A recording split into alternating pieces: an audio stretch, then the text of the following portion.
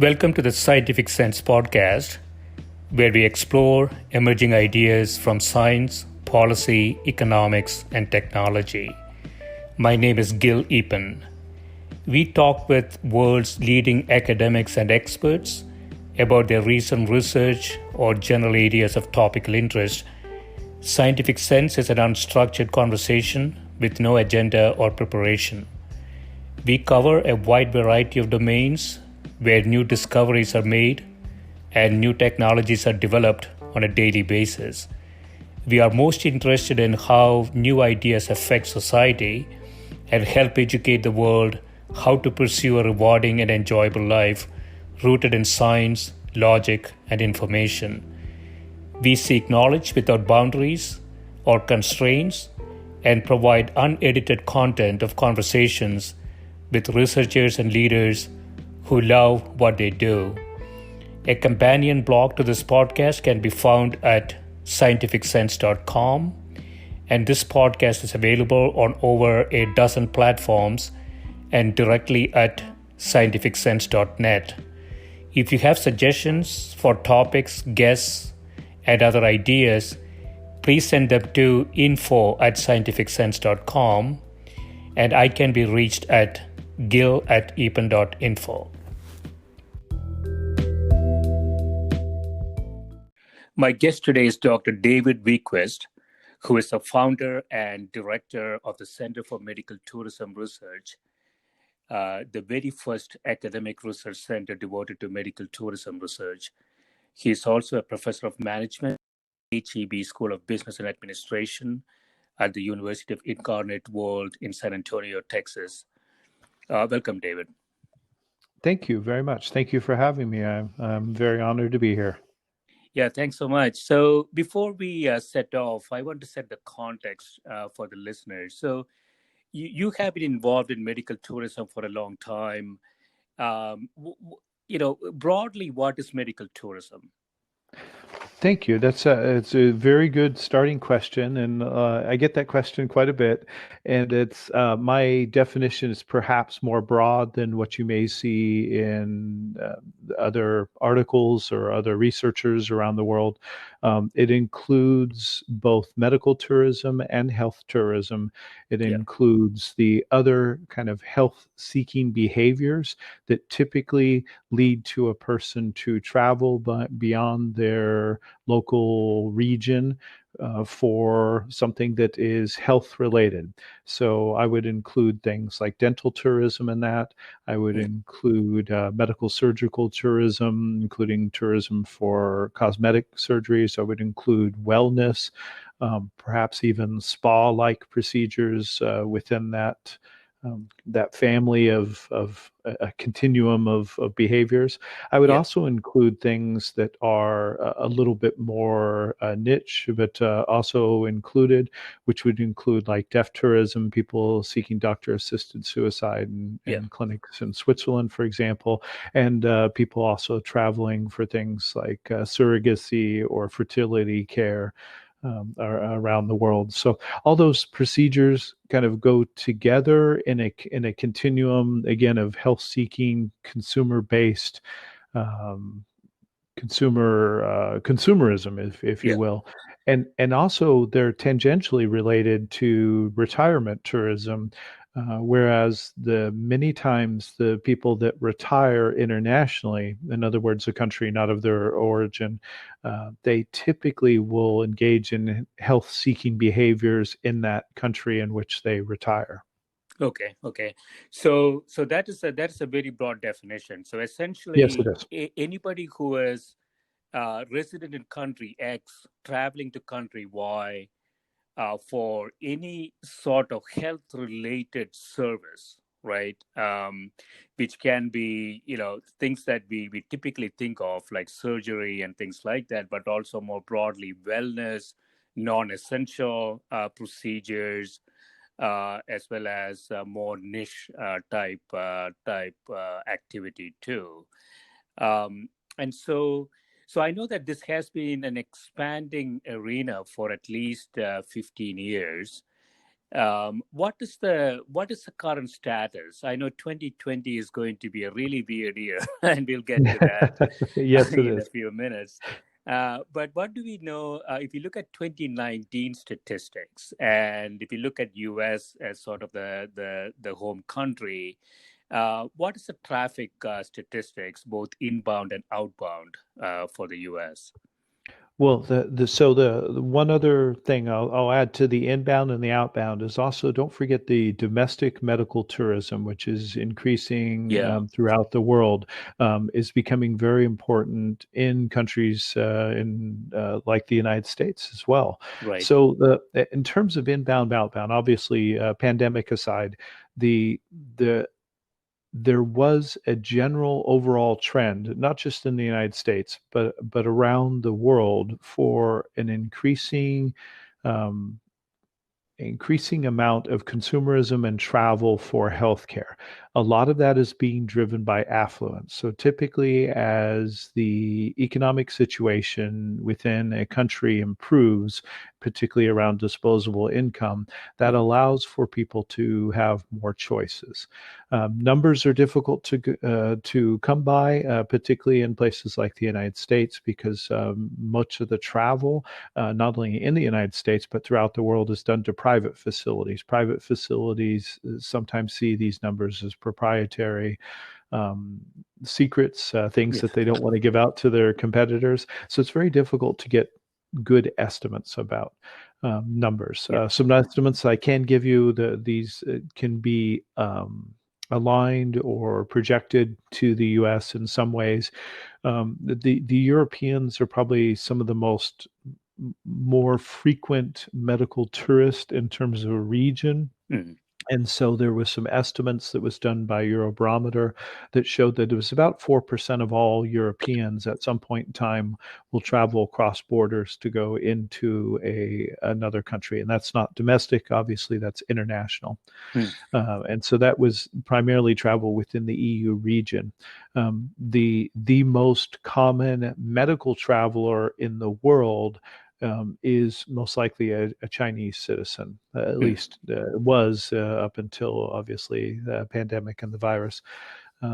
So therefore, you would find a lot of the countries that are receiving a large number of visitors typically are in that area, which is the Asian area, particularly say Southeast Asia. And so you see large numbers being reported in countries like Korea and others because of that. Yeah. Interestingly, the I mentioned the economics tends to improve these numbers.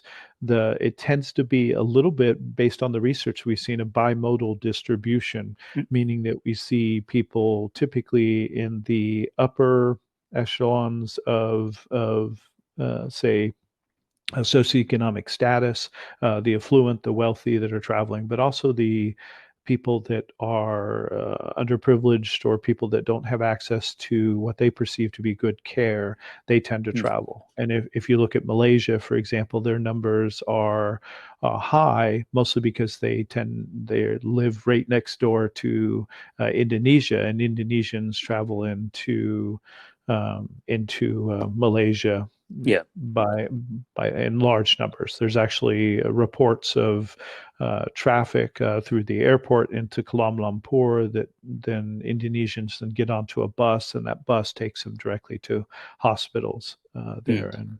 in Malaysia. Again, using these numbers to understand the impact. Although several Asian countries report very large numbers, a country that you would expect to receive a large number of patients, and please understand these numbers are the official numbers. There's some numbers that are not reported as such, but Yeah. medical tourism visas, which exist in several countries, for example, like India, they number in numbers, I think in 2017, and around the 200,000 of the official mark of medical tourist. Yeah. So there's assumably many more people that are coming in, particularly from say Pakistan, that come into India and the other nations that surround India that are not being categorized as medical tourist, Hmm. and those come in. Same is true in the United States. A great deal of medical tourism that goes in and out of the United States comes through the southern border and a little bit through the northern border. And so very little of that is categorized Hmm. as medical travel because we don't have good numbers on there. So we don't have a lot of surveys that show either Latin American people that are coming into the United States or Americans going out, Well, going to other countries. right. There are some surveys that show secondary and primary destination or reasons for traveling internationally by Americans, and typically those numbers are in the single digits for people that say that they're traveling for health or wellness related reasons. Single digit meaning percentage wise? I'm sorry. Single digit in terms of percentage wise, yes. Okay. Okay. So yeah, Yeah. it's So very interesting, David. I would expect Yeah. in general that we're less than Europeans. So I would suspect if you look at the number of Americans traveling abroad, probably 1 to 2% of the number of people coming into the United States, it would be easily assumed that would be in the hundreds of thousands, but could potentially be more. But that's again a wide variety of health-seeking behaviors into the United States. Yeah, so it's really interesting. So one of the things that that didn't jump out to me is the domestic medical tourism. So I know that Cleveland and Houston are two cities that sort of focused on this, right? Absolutely, and it's actually interestingly, the Gallup did a study nearly, I want to say, 10 years ago, and they found that it was about a quarter of the population of several Asian countries. I think it was 14 different Asian countries they surveyed traveled domestically for healthcare. And it's well known that, for example, in China, Western China, the healthcare providers are not overly well thought of. And so Chinese citizens that live in the more rural, agrarian, western part of China will travel into the eastern parts of China to the large cities on the seaboard to be able to get access healthcare. So we find a lot of those health seeking behaviors around the world, and in the United States, it's actually it's quite larger than people expect. Actually, I Yeah. have some research that'll be coming out very, very soon in a prestigious publication, and I can reveal a little bit of what that article is going to talk about. We actually looking at some estimates of what's called employer bundled contracts. Yeah. That's employer domestic medical tourism, like Walmart and several other companies are engaging in.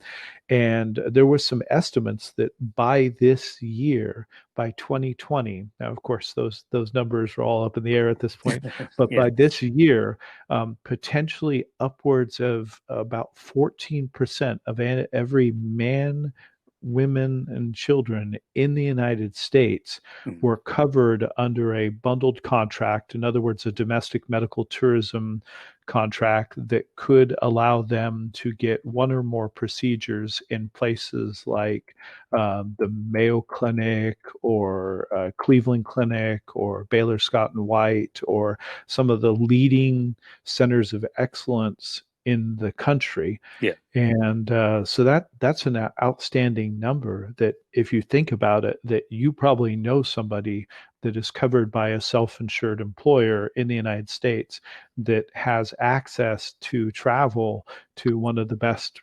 locations perhaps in the world for a particular procedure. And that's kind of a hidden trend in domestic medical tourism in the So United States that so most to people don't know about. Yeah, so to understand the bundle contract a bit, David. So this is Walmart or some self-insured employer saying or contracting with, let's say, Cleveland Clinic, and essentially having a fixed cost type contract on a covered life basis, or is it fixed price for a procedure basis, or could be both, right? Yes, so that you're essentially correct. That's a very simple summary of what's going on.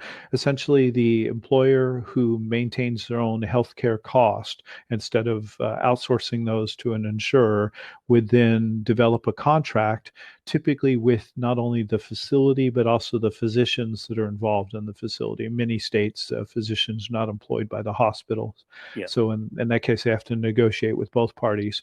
Both those parties, the hospital and the physicians, agree to negotiate and take a essentially what you would consider in business to be uh, a volume contract. In other Yeah. words, they're accepting larger amounts of volume for a reduction in price. In general, if you wanted to benchmark, you could say that potentially it could be upwards of, say, a 30% price reduction. Interesting is the benefits that kind of go along with that. Typically, the physicians and the hospital, in order to get those contracts, because they tend to be higher margin than what you would expect from a traditional, say, Medicare, Medicaid, or TRICARE payment, or and could potentially be even a better profit margin than a private insurance payment, because they're interested in those margins. They will throw in things like they will guarantee, and Walmart's examples, we've seen some of the research on, or some of the details of the contract, and they'll actually guarantee the procedure. In other words, if a patient were to receive an outcome that they didn't want, or that something were to happen, that they'll do all the rework, the readmissions, as they call it in healthcare, for no cost. So that's bundled in. And then the employer to the employee, typically, because the savings in many cases could be in the tens of thousands of dollars for the employer per employee that goes for one of these procedures. Oftentimes, because they're saving tens of thousands of dollars, they'll give it to the employee for no out of pay expenses. In other words, nothing out of pocket, no co-pays, no. They'll even throw in a plane ticket and a hotel for not only the person, but also a loved one to go with. And then oftentimes they'll give them per diem while they're in the location.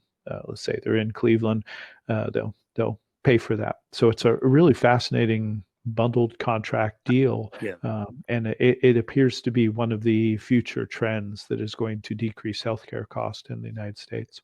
Yeah, it makes a lot of sense. It's sort of a win-win for both parties, right? From an employer's perspective, self-insured employer has a portfolio of risks that they have to manage, and they're basically trying to download some of that risk to a provider. And the provider, I would imagine, David, is in a much better situation to understand that risk and price that risk and manage that risk, right? So it's sort of a win-win in both directions. And Absolutely. yeah, go ahead. Yes, you've got it absolutely right. The other interesting thing is, again, by focusing on these centers of excellence, which is essentially, if I can be honest, this is what medical tourism is to an extent, Yeah. is it's the consumers engaging in seeking of the, Michael Porter from Harvard wrote a book, Redefining Healthcare, a few years back, that where he suggested that a lot of the discussion, particularly in the United States, was focused around cost or quality as separate constructs, when actually said, when we look for products and services, typically what we do is we see them as a combined concept, which is, or construct, which is value. And so if you look at the health seeking behaviors of these consumers, typically what they're doing is they're looking for value. Well, it's the same thing these employers are doing. And so they go out and seek centers of excellence.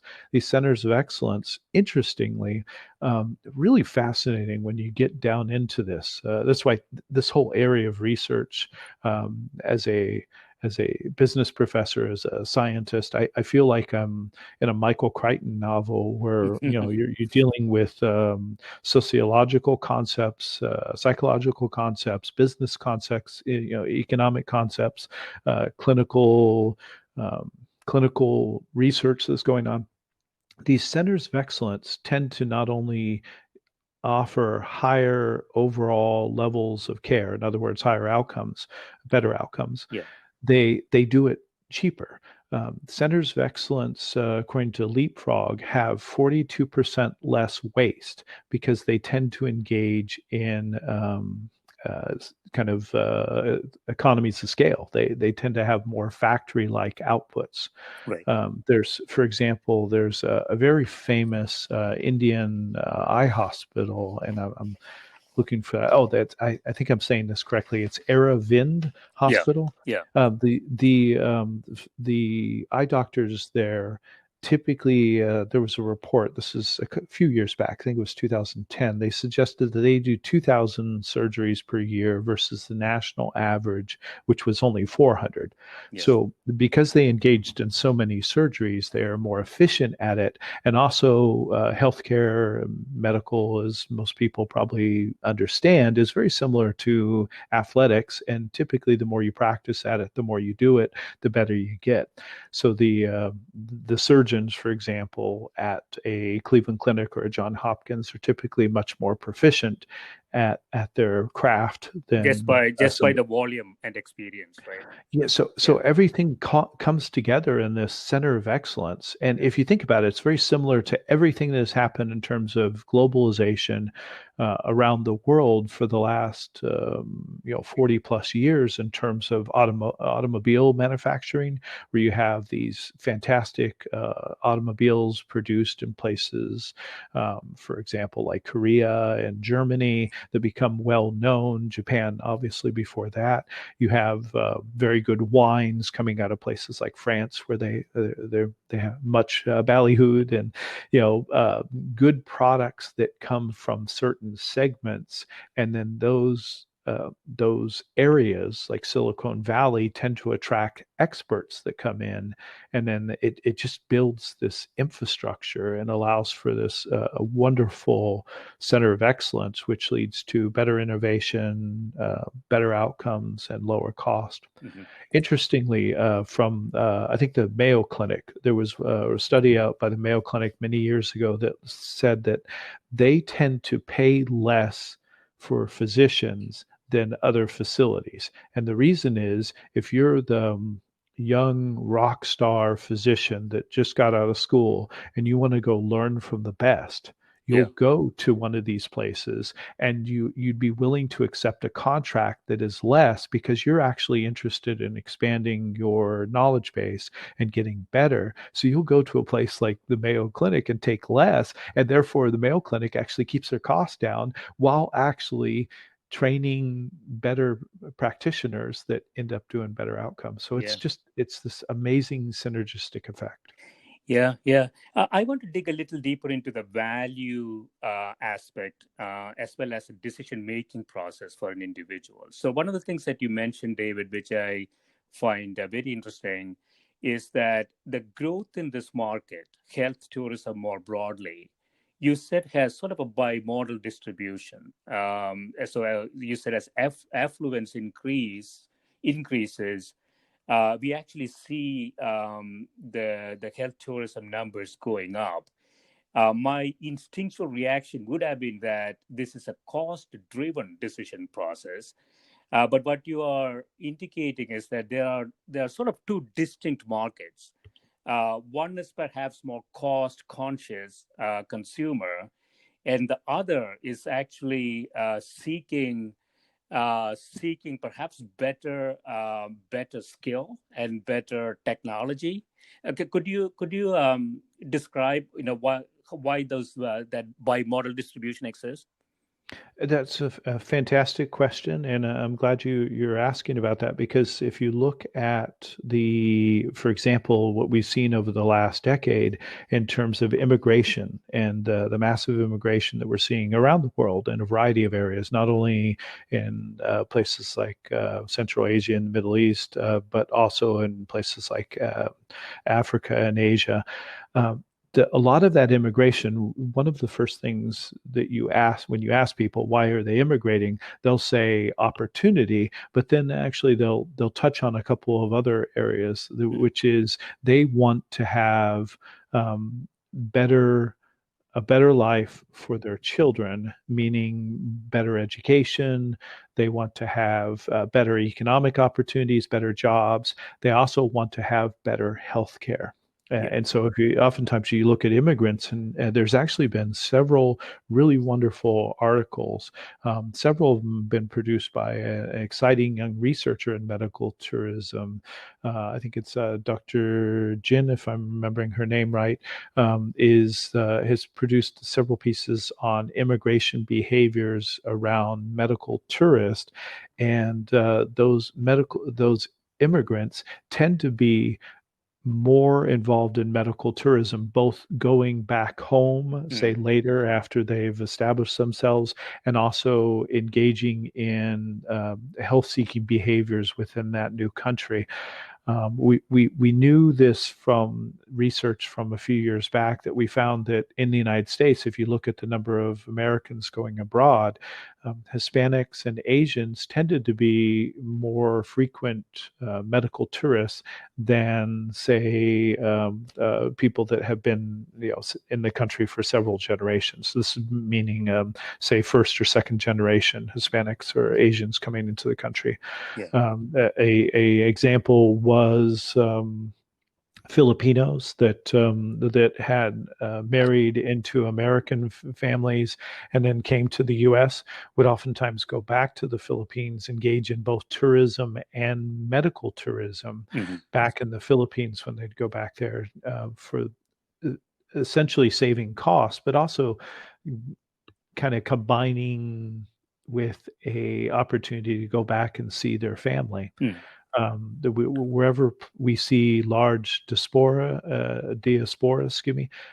For example, there was an article written about Polish people that had traveled internationally and were working outside of Poland that would still travel back to Poland for medical tourism. Mm. Wherever you see that, you tend to see again, health seeking behaviors. And then lastly, this surprises a lot of people. Again, India tracks the number of medical tourism visas that come into the country. And so what they do is they regularly put out numbers about where those medical tourists are coming from. The vast number of medical tourists coming to India are not from the United States. They're not from England. They're not from any of the countries you would suspect. They're actually from particularly sub-Saharan African countries. Mm. And what you see is in sub-Saharan Africa, people get to a point where the affluent, have access now to money, but not enough money to, say, travel to the United States or England Yeah. to really live in style. But so what they'll do is they'll travel to India, where they can get moderately priced but very high quality healthcare, and so that's become a very well known destination for people in, say, Nigeria. Mm. North Africa, interestingly, was had an opportunity to go to Cairo, go to Egypt a few years back, and they see a lot of inbound travel, as does Turkey, from other North African Yeah. countries. For example, in Libya, with all the problems they had, if people wanted good health care, they would travel into Egypt and to Cairo. So again, and those people were typically not overly wealthy. They were either affluent, or they were Right. less affluent. Yeah, it also sounds like, David, certain countries seems to have approached this strategically, right? Maybe Singapore, Malaysia, Philippines, India are examples Correct. where they have really kind of segmented the markets and created products that appear to be more attractive, those segments at the price points, and really a convenience point too, which is medical tourism visas and things like that, making that whole process easier to handle. And so, when we think about an individual's decision to seek these types of products, there is a risk question, there is a return question. So cost goes into return. On the risk side, obviously, this is a very complex product. And oftentimes, if you're doing it for the very first time, there are so much uncertainty and unknowns around it. And you had a paper, David, traveling abroad for medical care, U.S. medical tourist expectations and perceptions of service quality. Correct. And there is a sort of a six attribute scale for service quality, right? Do you want to talk a bit about that? Yeah, so in general, what we found is that regions and or specific facilities can become known for having certain types of attributes. Mm. Again, constructs, if you were attributes.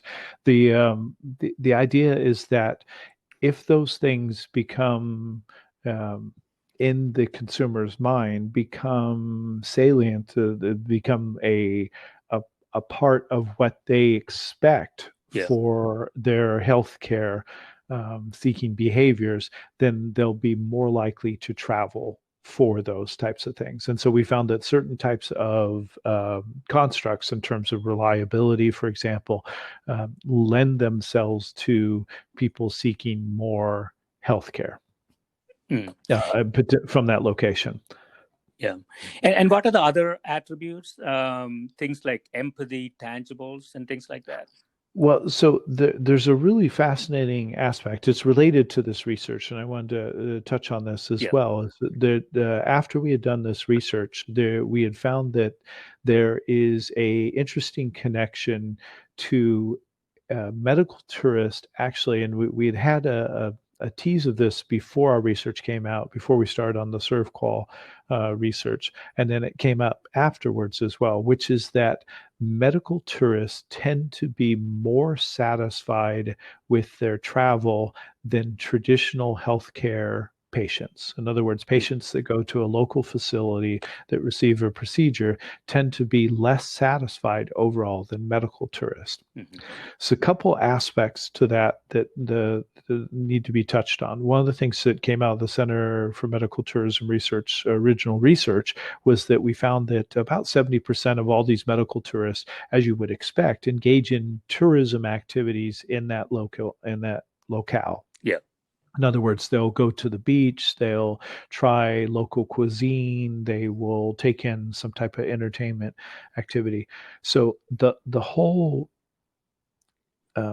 genre or gestalt, if you will, of medical tourism appears to include not only the facility, the providers, but also the location, the atmosphere, the tourism locations. All of those things come together in a very complex mix in order to determine not only satisfaction with the medical tourism procedure, but also in terms of what their drives are. Mhm. Another researcher that is at my university, we had done a small piece on deaf tourism, doctor assisted suicide tourism into Switzerland. And Yeah. we found some evidence that was quite striking. It was that the people that were going, that were, say, somebody that had terminal cancer that was traveling for doctor assisted suicide in Switzerland, there was a comment by one of the travelers that said that they were going to choose to die the way they wanted to so they could, and this was their exact quote, have a better life. And so, as we started to get into the research literature, we found out that oftentimes medical tourism seems to be related to a kind of a journey, a walkabout, a opportunity to go and do something that will change your life, make your life better, improve your life. Mm. So it's the all of these things, all these interesting aspects come together to To make basically that create a decision. journey. Yeah. Yeah, to make that decision. Yeah. So, if you look at it from an economic perspective, David, I'm just abstracting it a little bit. So you have, a bundle of benefits that you're going to get when you engage in this activity. But when you come back, it doesn't end there, right? There could be a stream of benefits or disbenefits that could accrue to the individual. What I mean by disbenefits is, if there is a follow up requirement, There could be, other issues that the individual might get into. So, are there decision guidance available? I mean, like you say, it's a very, very complex decision, at least for the very first time for an individual to make. How do they go about doing that? It seems really difficult. Yeah, you're absolutely right. It is extraordinarily difficult. There's been several studies that have looked at the content of major websites regarding healthcare information, and most of those studies all agree that it's the majority of information available around healthcare procedures on the internet is either incorrect or out of date. Yeah. So therefore, the consumer needs to be aware that most of the time what you're going to read on the internet is unfortunately incorrect most of the time. Right. Yeah. So therefore, but the interesting aspect of it is that health-seeking behaviors have grown basically proportionally with the growth of the internet. And what we've seen is, for example, it was a study done by Pew Research that found that health-seeking behaviors were basically one of the major uses of the internet, or searching for health Yeah. related information. So it was essentially number one use of the internet was email, second most common use in the United States was social media, and third most common use was looking for healthcare information. Mm-hmm. And it's because it's ubiquitous to the human condition. As soon as you hear that your mother has a lump, one of the first things that you're going to do is look up to find out what that lump is, and what's the chances that she potentially has cancer. That will be very common for almost anybody that has access to the internet. And interestingly, people that have mobile access to the internet are even more likely to look up health information through the internet. So as that health-seeking behaviors through the internet have increased, we've seen medical tourism increase, and I suspect it's more than a correlation; it's causation. Yeah. The majority of people that travel typically are looking for information on the internet. Around the world, there are very different modalities of distribution, in other words, how people get to medical tourism. There's medical tourism facilitators, which is found more frequently in places like Asia and Europe. But if you look at the majority of travel, in both, not in the United States, but around the world, the majority of people are self-servicing. And what they're doing is they're finding information from not only the internet, but interestingly, growth of forums and websites that are specific to choice in healthcare are creeping up all over the place. I had a former graduate assistant that went to a website called Surface Hippie, which is for people that get hip resurfacing and hip replacement surgeries. He was wounded in the military and was looking for options for his hip replacement surgery. And so that going to a forum where other people are giving you recommendations and suggestions on physicians and or facilities, it's really a fascinating trend, and definitely is something that we're seeing increase, particularly in the 2020s. So one of the ways I would imagine to reduce that risk, both in terms of a decision as well as a selection that individual goes through, is perhaps through some kind of an accreditation process, right? I believe there is an agency that does this, and there's Correct. something like 1,000 organizations around the world that are accredited through them. Yes, so there's multiple accreditation systems around the world, and some fascinating research that I just presented in, I think it was 2018 in Greece, was looking at some of the financial findings that we had from these facilities. Some people are not aware, but actually several of these facilities around the world that are medical tourism destinations are also publicly traded. For example, there's a couple in India. So we have access to their financials. So based on some research that some of my students have done, I pulled up some of these financials, looked at the change in the financials pre-accreditation and post-accreditation. Mm-hmm. And what we found was very fascinating and somewhat controversial is that accreditation didn't seem to actually impact the financials overly of these organizations. It appears that what had happened is that good facilities that already had good reputations Yeah. that were trying to signal their reputation were using a business signaling strategy in terms of accreditation.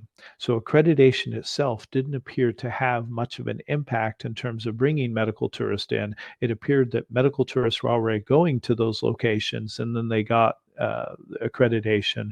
For example, one of the most well-known is Joint Commission accreditation in order to solidify that. The old joke we have in for example business schools is this: if the Harvard Business School was not uh, uh, credentialed, it was not accredited, Yeah. would it still be perhaps one of the best in the world? And the answer is yes, it probably would be. Yeah.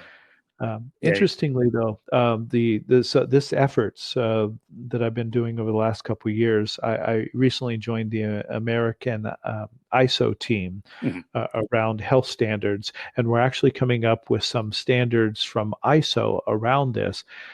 Standards are important, and the best practice facilities are constantly looking for standards and integrating standard practices. But the again, the credentialing or accreditation of those standards doesn't appear to be the end all be all. Mm-hmm. It appears to be a sign of It, an organization that was good enough to get accreditation in the first yeah, place. it sounds a bit like a bond rating, David. So market prices the bonds, and then the credit agency or the rating agency rates them. Yep. So accreditation seems like sort of a market following trend rather than something that is really rating competence. Yeah. Because what you're saying is that the market is finding the right organizations with the right reputation, right skills and technology, and then over time accreditation agencies follow. What is that agency that does this accreditation? So there's several organizations out there that offer this. So this is not necessarily an endorsement of any one, but Yeah. the American accreditation agency is called Joint Commission. Their international brand is called Joint Commission International, but there are other accreditation bodies. And as I point out, ISO, for example, is getting into the game, and I'm involved in an activity here in the United States to develop American-based standards as well that could be utilized by ISO and the rest of the world. But I am a big I'm a big advocate of standards, and I believe in standard protocols, and that's obviously one of the benefits of increased knowledge and knowledge sharing around the world. But it doesn't appear to be, again, it appears to be more marketing related than it is. Yeah. Although there are operational improvements. Right. Oh, interesting. One of the other things that came out of the study, and this is, by the way, for all the professors out there, this is why an investment in undergraduate research is such a good idea. My undergraduate students came up with this fascinating finding several years back, and I was able to validate it in this research that I sent off that I presented in Athens, which is this is really fascinating. So, investors, if you're listening, you're getting this on Scientific Sense. We found that when there was an accreditation effort, for example, in an Indian hospital, all the real estate around that hospital tended to appreciate at a greater rate than the general area. Mm. In other words, the signaling strategy was a indicator that for real estate development that you should perhaps invest in that area. Right. Is Right. that fascinating? Yeah, that makes a lot of sense. Yeah, and then I would imagine location is quite important, maybe proximity to an airport and things like that, right? Absolutely. And I apologize. I think I might have sent to you. I had a New York Times article that just was an interview by CJ Hughes, who covers real estate in the nationwide in the New York Times, the business section. And it just came out 3 weeks ago, something like that, Yeah. 4 weeks ago.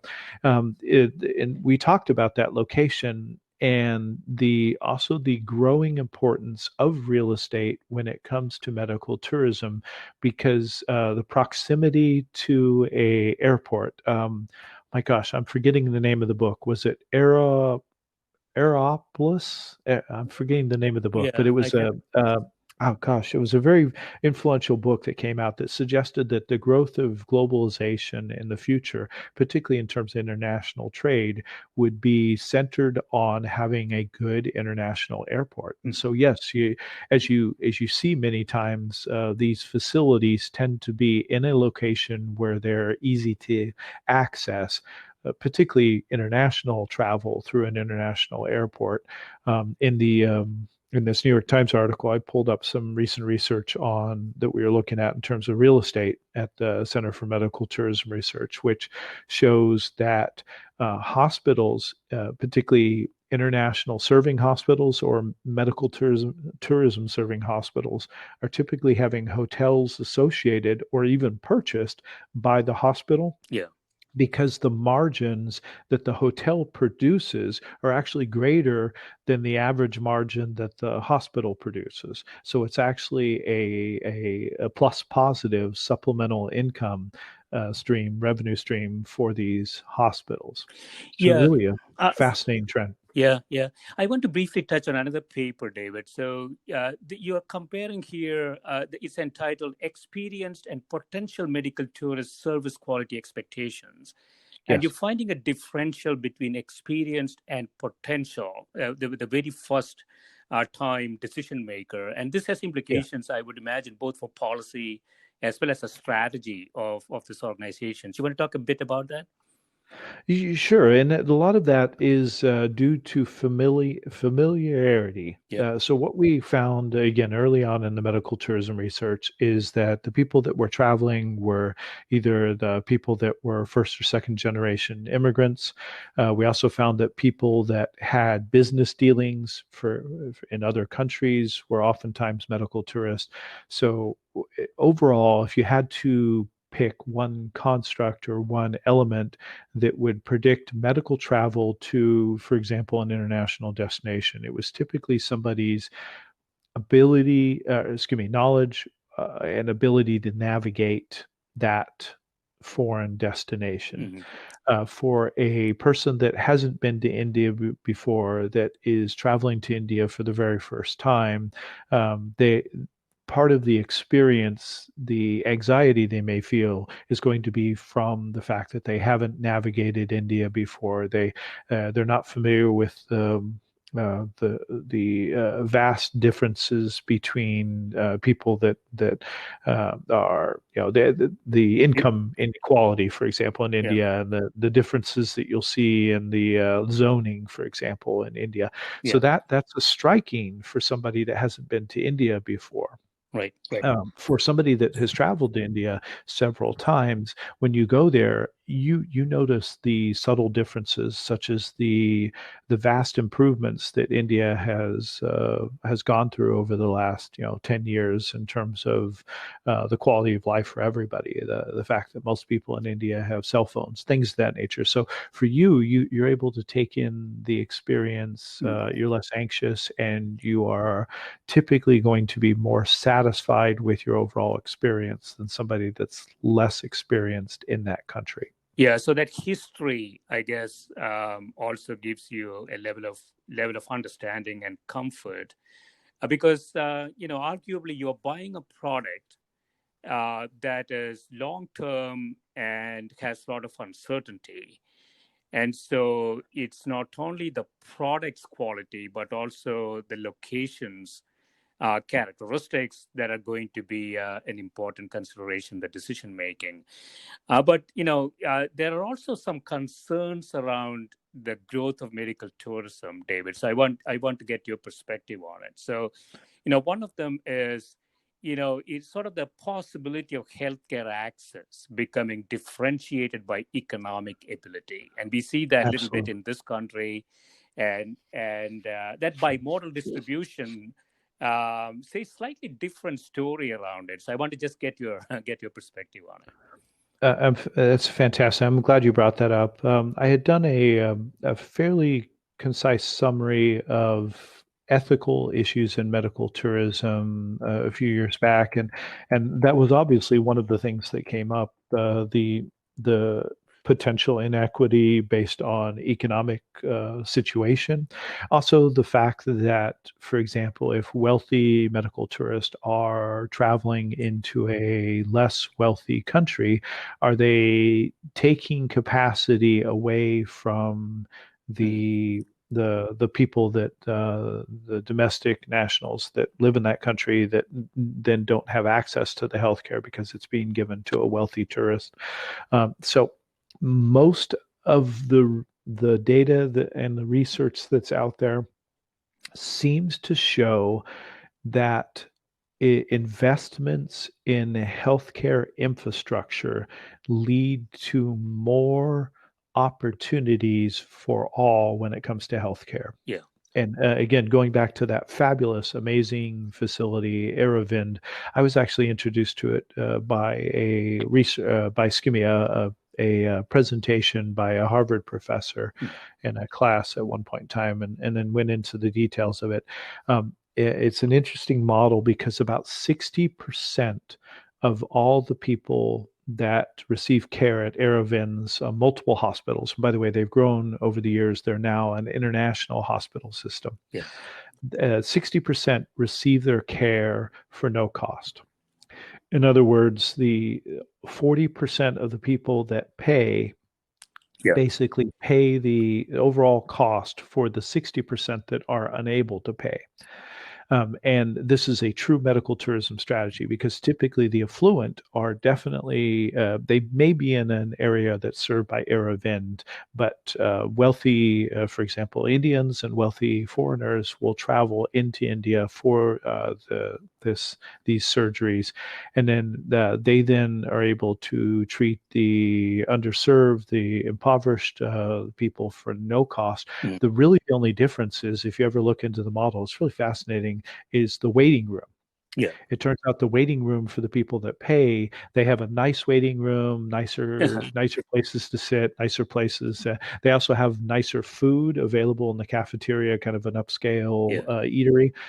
Whereas the impoverished people that pay nothing, they have a larger waiting room that is more Spartan, Yeah. a little bit more stark, and the food served is primarily like a Takeout. Yeah. takeaway Yeah. bag or a takeout bag. Yeah. Yeah. But that is a model that shows us economically that typically when a healthcare facility receives more medical tourists, which tend to be higher margin, higher profitability, typically they expand Yeah. their services to the rest of the community.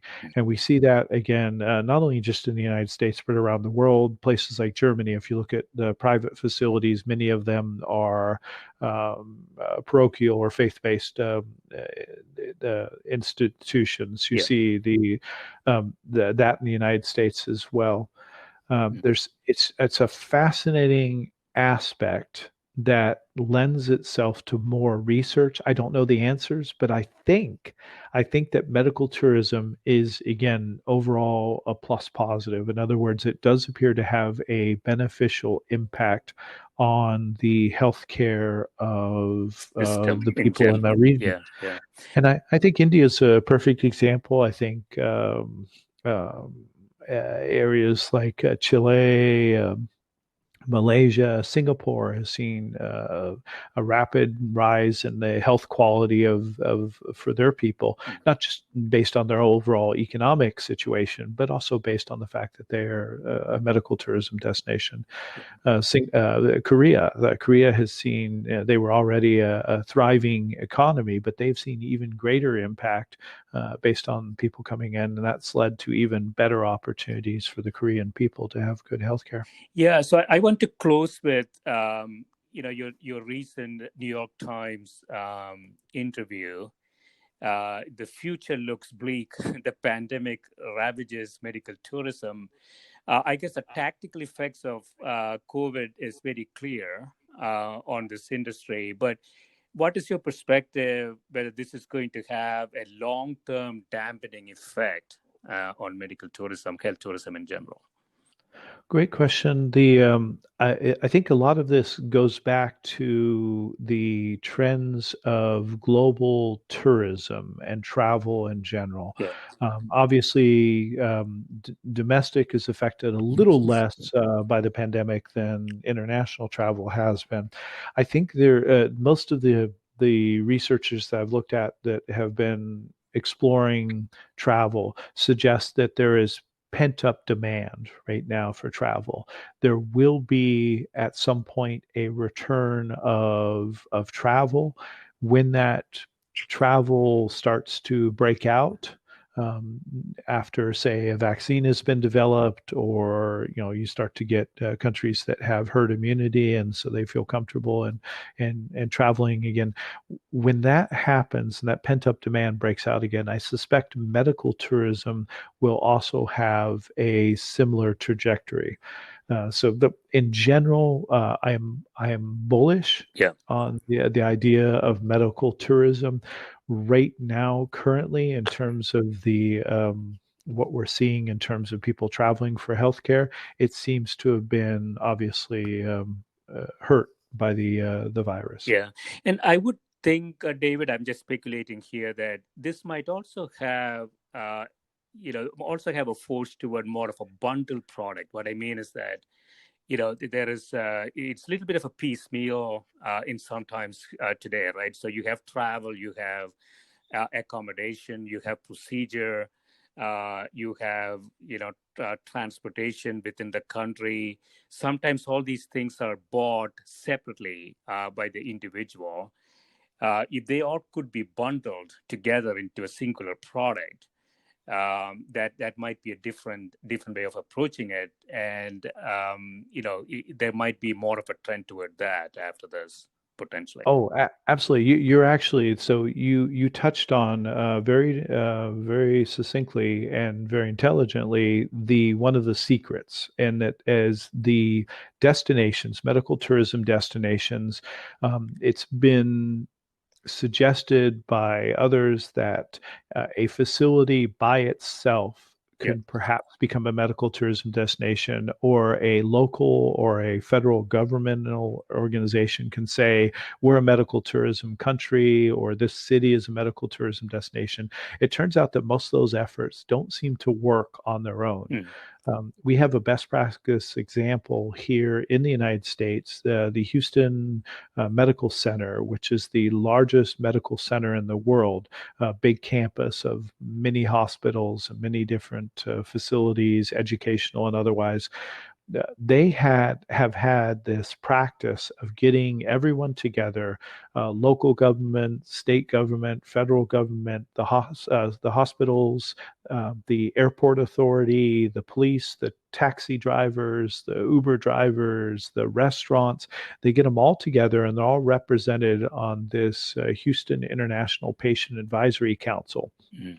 What this council does is communicate about what the issues are that may affect, for example, an Arab patient that's flying into Houston that's going to MD Anderson, and they coordinate together and work together and share information and best practices, and that appears to be one of the secrets to being successful when it comes to being a destination. Is it takes in many ways more a community than it does just a facility and a doctor. Right, exactly. Yeah, so this has been great, David. Thanks so much for spending time with me, and good luck Absolutely. with your research and all the things that you're doing in this area. Oh, same to you. What you're doing in terms of promoting scientific thought, and what you're doing with scientific sense is absolutely fantastic. I've been honored to be on it, and thank you very much, Gil. I appreciate it. Yeah, thanks so much. Bye. Thank you.